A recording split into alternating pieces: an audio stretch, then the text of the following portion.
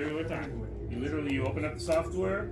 You first you set your base, put in all the and then it does its thing. And then you can open it up and modify it and start moving things around, adjust for various different how much you're filtering out, right? You can actually, if it filters out, if it says that the room has a lot of bass issues, it's going to filter out a lot of that bass. You may not want to filter out all that much, so you start doing -10, -20, -25, -30, and then you basically could just click on it and it'll upload it and you play it. And so you can do it. It takes about 10 seconds for it to upload, so it's not like instant because it's a file, it comes down. But ultimately it's very possible and it's got a lot of configuration. Notice any kind of digitization of our record? Not really, but I know it's hard to wrap your head around. I know, of course. I know it's digitized. I kind of think of it.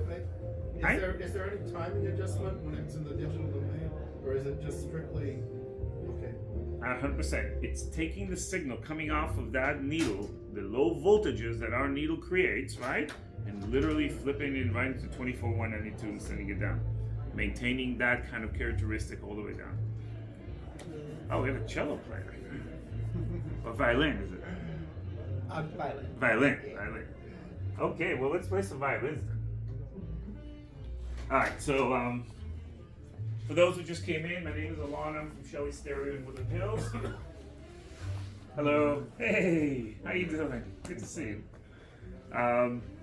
Shelley's has been around since 1959. We focus on high-end audio. We do theaters. We do whole house automation systems. And today, we're showcasing Linn's flagship system. Linn's flagship system consists of the infamous Sondek LP12, their latest version of the Climax DSM, which is their music streaming device, which basically is the evolution of the original Climax DSM that was released in 2007, where that was the first time that high-res audio basically was introduced into our world in a streaming fashion. Linn is a recording company. They've been recording in 24-bit high-res music for many, many years, and ultimately they realized that to actually provide that signal and that content to people in 16-bit is not doing them any justice. So they set up a system where they basically allowed you to log onto their website, download 24-bit high-res files, and then they introduced a player that would play them back through the network and discontinued their $20,000 CD player at the time. And everybody was using CDs, and we're all going, what are you doing? That makes absolutely no sense at all. But today, obviously, proof's in the pudding. We all know what 24-bit high-res music is, and we all know that in order to optimize digital content, that's the best way to go about that. So that's our Climax DSM. And the Climax DSM is available in 2 different configurations, with a built-in DAC to plug into your existing system, or without the built-in DAC if you're going to buy one of Linn's active systems, which have the option of basically being sent the digital signal to. That means that the signal goes right out of the DSM straight into the system, into the speaker, in the digital domain to go through digital crossovers, room optimization, which we just talked about, and then of course DA conversion, 1 per driver, and of course an amplifier dedicated for each driver. So it's a fully active system. So at the end of the day, if all you're going to be doing is playing digital music, you just need a streamer and a pair of speakers and you're done. Very, very simple, very clean, very simple to set up. It's very robust software. Linn has got 55 engineers on staff that developed all their various different products and software, and it basically is quite deep, and we know at Shelley's how to configure it, of course, and it's pretty straightforward.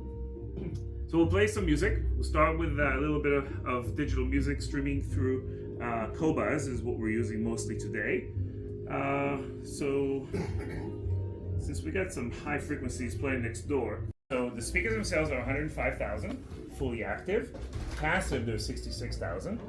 The streamer is 21,000 without the DAC, which if you're doing fully active, you don't need the DAC. If you plug it into an existing system, it's 42,000.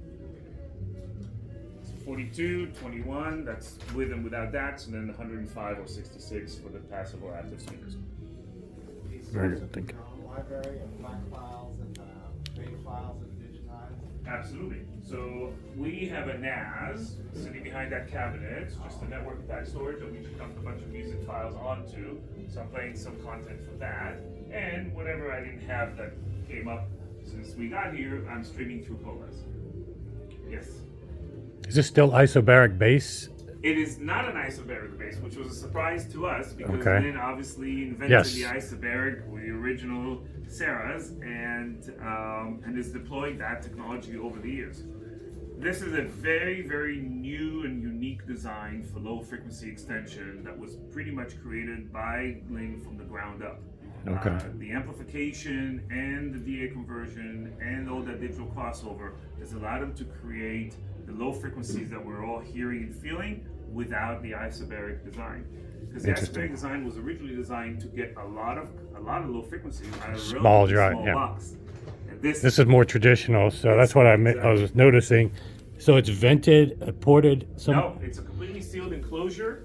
The amplifier, if you haven't taken a look, is actually in the shape of the speaker on the back of the speaker. It's machined to basically, match the form. So this of the is heat speaker. sink, basically. These are heat sinks, Yeah. exactly. And Okay. the whole thing is floating.